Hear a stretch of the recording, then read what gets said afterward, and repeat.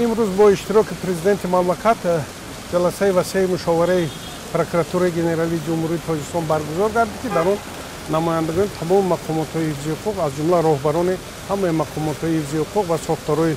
نظامی اشتراک کردند. یکی از مسائلی که من دنبال کردم این تامین همه‌جانبه حفظ حقوق و آزادی انسان است، از جمله در فعالیت مقامات حفظی حقوق که آنها به واسطه در سمت مبارزه ضد جنایتکاری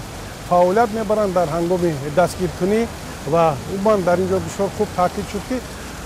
در وقت بندوبست جنایت، در وقت به جوابگری جنایتی کشیدن شخصانی که دست به جنایت میشن، البته دلیل هایی که جمع آورده میشن اونها طبق قانون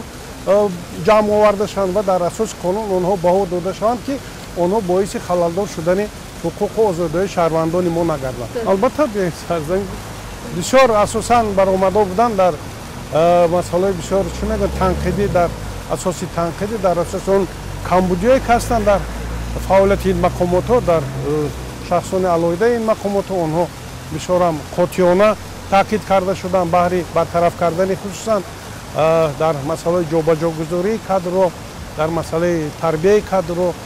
بلند کردن سطح کسبی آنها بسیار تاکیدهای جدی کردن پرزیدنت مملکت.